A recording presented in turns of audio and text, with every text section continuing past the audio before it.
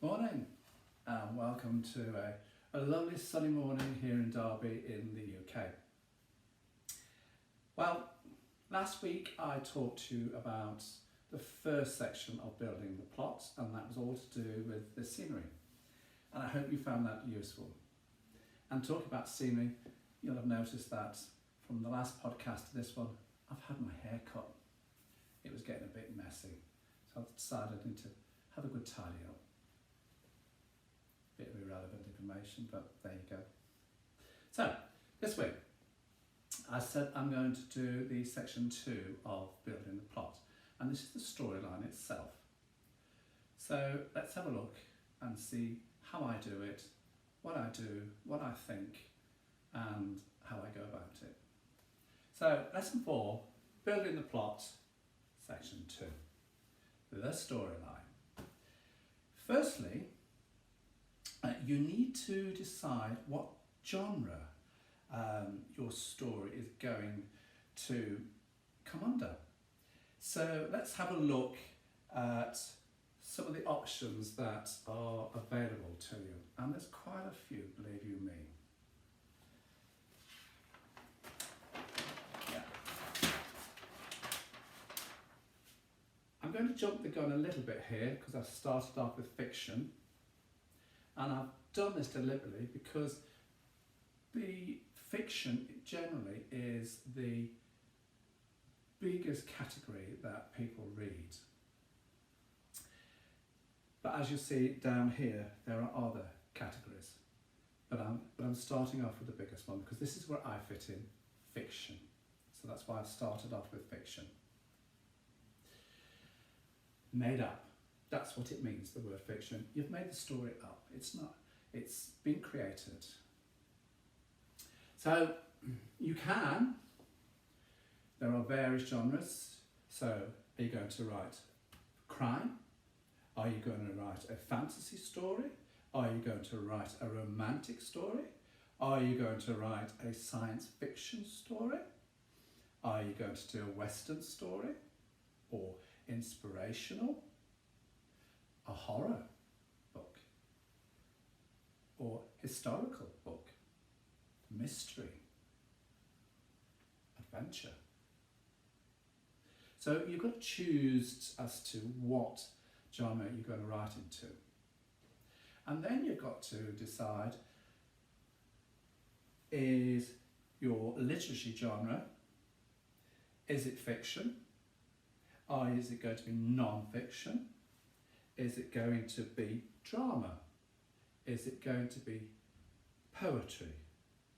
Is it going to be folktale?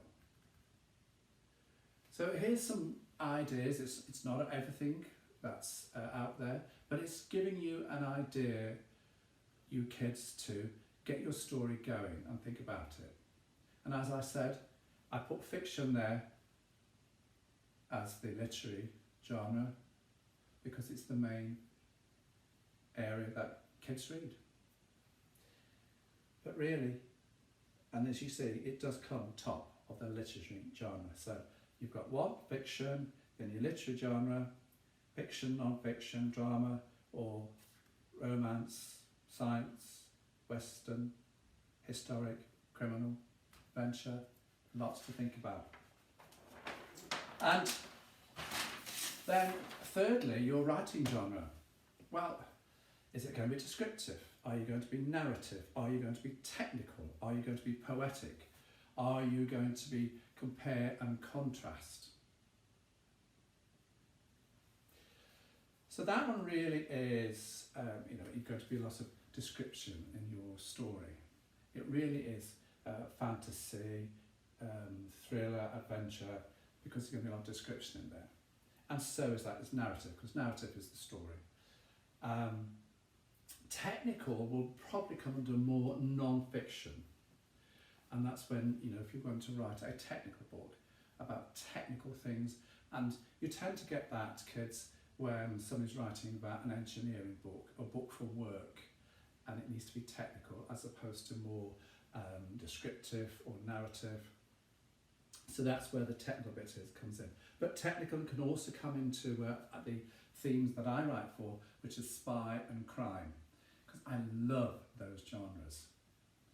Because you need to be technical with some of your realistic storylines in crime and spy. You need to go and get research right, as I said. Research is important. Get the facts right. That's what technical is there, it's facts. So if you say something like, describing a plane, and you want it to be realistic, then you've got to go and research that plane. What does it look like? What's the name of it? Its full name? That sort of thing. Technical. So I write in, as you'll see later on, crime and spy, so I'm more narrative and technical. That's where I'm coming from. And compare and contrast. Well, that's where you've got two characters in your story. One is a bad character, one is a good character, and you're contrasting and comparing them. So this isn't the final listing, but it's just giving you an indication, kids, as to what to think about, how to go and set your story, what you're going to write about, what genre it's going to be in, where you're setting it.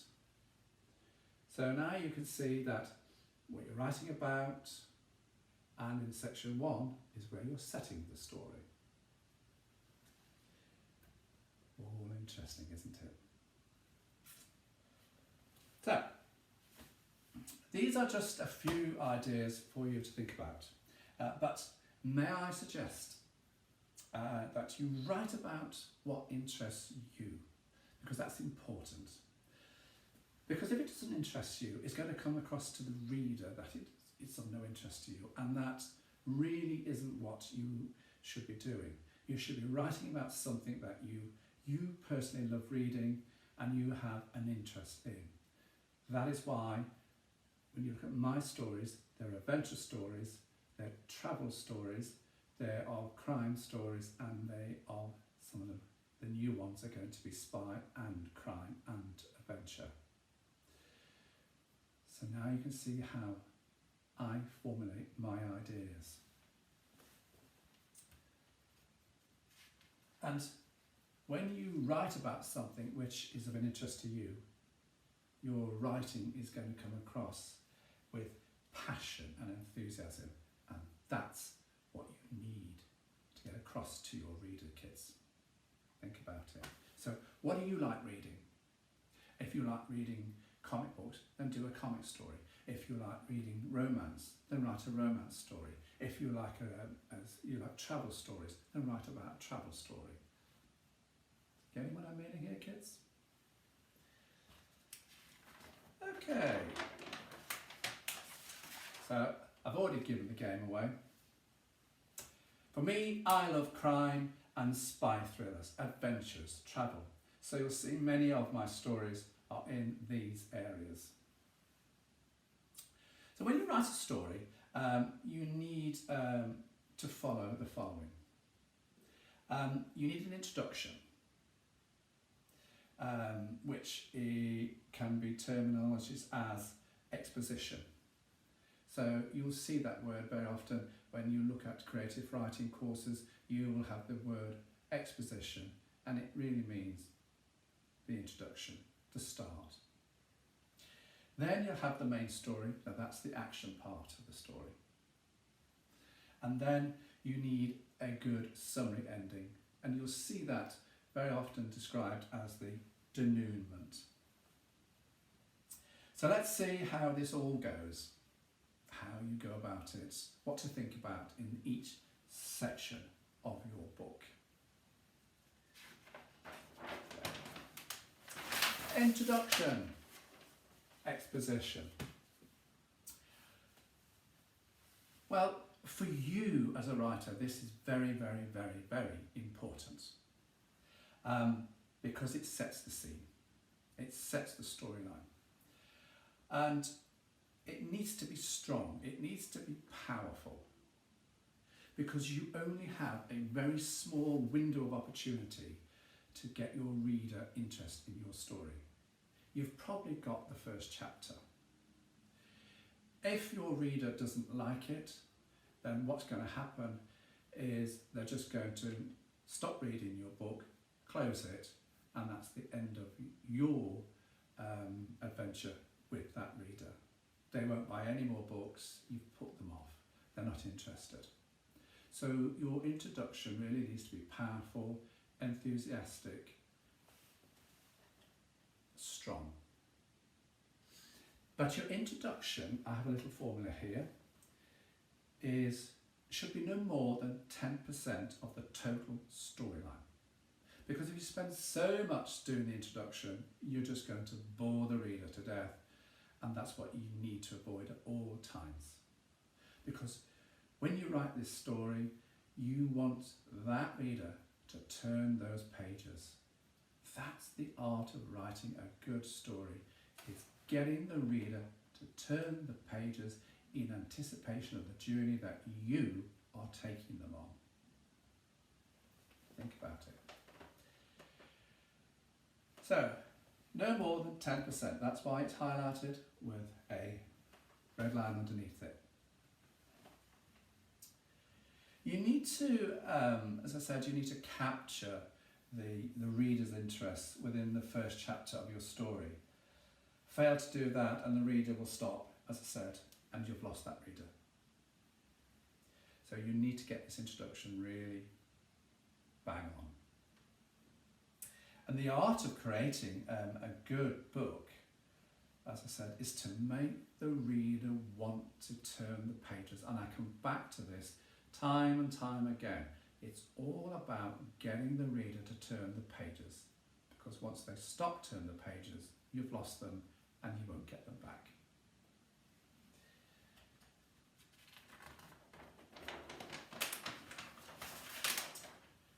So moving on from the introduction, you're now getting on to the main story itself.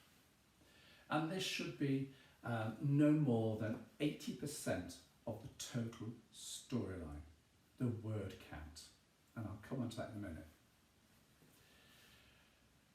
This section needs to be full of emotion, full of tension throughout the storyline. It needs to be full of motivation. You've got to get the reader here to love your characters, because if they don't like the characters, they won't read the book.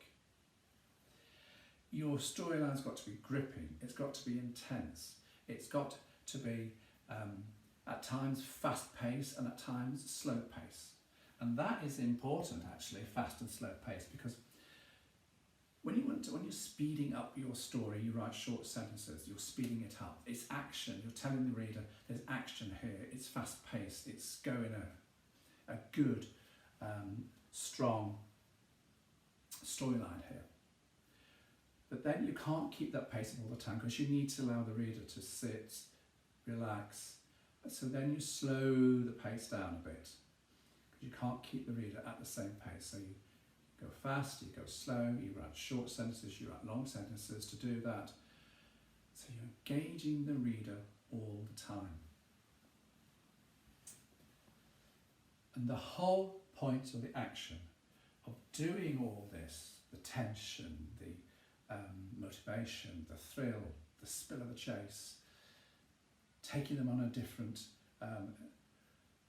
world, is all about taking your reader to another world. It's escapism. You read a book, you escape the world. And if it's a good book, if somebody comes in and interrupts you, you go, no, just go away a minute. Or, oh, can you just do this? You say, just let me read the next page, just let me get to the end of the chapter, I'll be with you in a minute. That is the sign of a good book.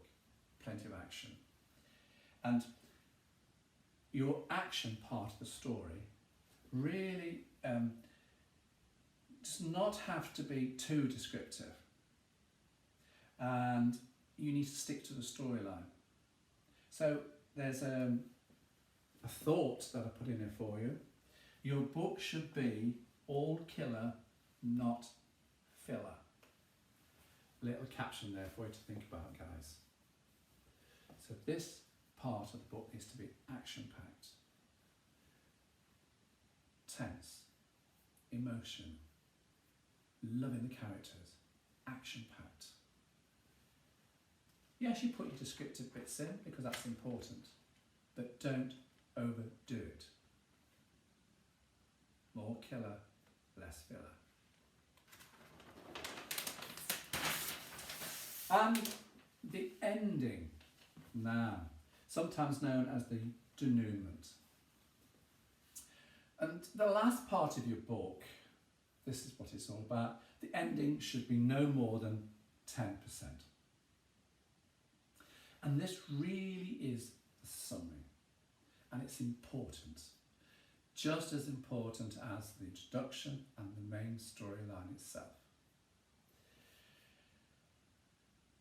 It's the part that pulls, summarises the story. It brings it to an end. It gives it closure. Especially a crime or a spy book. You know, who did the murder? How did they do it? What was their motive? And with the spy one is, how do they carry out this story? How do they come to their actions, you know, their thinkings? What happens? Was the spy caught? If you were the spy, were you caught? Why were you caught? How were you caught? And this is all to do with revealing to your reader the whole plot. You're telling them this is what the result is. And when they've got, so that's when they've got to the last page, they've realised, they've worked out were they right, were they wrong, were they following all the twists and turns in the main story? Did they see the little hints that you were dropping all along the line? Did they miss some? Did they get them all? And this is you at the end, tidying up the story, revealing the outcome. No point in doing it early on, because if you do that, they say, well, I don't have to read the book. I've already found out what the result is, what the effect is, what the outcome is. So you leave that to the end. Are you following me, kids? Yeah. So, and also for romance or adventure stories, was it a good ending? Was it a sad ending? Is it an emotional ending? And you'll tend to find that with most romance ones or adventure ones, they tend to be good, because you don't want to leave your reader feeling sad or depressed at the end of it. You want to leave them feeling good. But by the time the reader has got to the last page, you should leave them thinking, wow, that was good. I didn't expect that. Oh, that is, wow, I must tell my friends about this book, to go and get the book. And because they've got that wow factor at the end, they're then thinking, well, when's the next book coming out? And that's the whole trick. The whole trick is to get your readers to turn the pages. Yes, I'm coming back to that again. And by the end of the book, they want to know where the next book is. And this is all about the art of being a successful writer, author. Now, you might have noticed a little formula as I was going through the introduction, the action, and the ending. I said an important formula, you might have spotted, is here. 10, 80, 10. 10% of your book should be no more than the introduction. 80% of the book should be the main action, the tension, the motivation, the thrills, the spills, the loving of the characters. And 10% of your storyline should be no more than 10% the ending, the denouement, the summary, the pulling together of all the little dots and all the hints and tips along the way. That's how I tend to write my books. on that formula, as well as one main character, 2 to 3 sub-characters, all the floating characters, the scenery, which I went about last podcast, and now this podcast. Here's another thing for you to think about, the formula 10, 80, 10. 10% introduction, no more, 80% main storyline, 10% the ending. You might find that useful, guys. Try it, see what you think. So for my Icelandic story, as I said, the main character is Aldabud, and then the sub-characters are Haldor and Fanna, and then you've got the floating characters. The scene is in Iceland. It's in a village in Iceland, but I've not told you what the plot is about, so here we go. I'm going to use the formula 10, 80, 10, introduction, main and ending, and it's going to be a fictional story, made up. It's going to be a crime thriller, and for those of you who were following from podcast 1 on this new section of writing books, I told you in the characteristics of Aldabud, he was interested in criminology. So I dropped you a hint there as to what the story was going to be about, what genre it was. It's going to be a crime thriller. And the story will be a narrative one, the writing genre, narrative one, and with some technicalities in it, because for crime and spy books or adventure books, travel books, you need to put some facts in, and those facts need to be right. So they need to be technical, and you need to do research. Well, what we're going to do next week? Wait and see. And that's all part of the suspense. Intrigue. So wait and see. But until next week, thanks for listening on this wonderful sunny day here in Derby in the United Kingdom. I'll see you next week. Thank you for listening. Hope you're enjoying the podcast. Stay safe. Bye for now.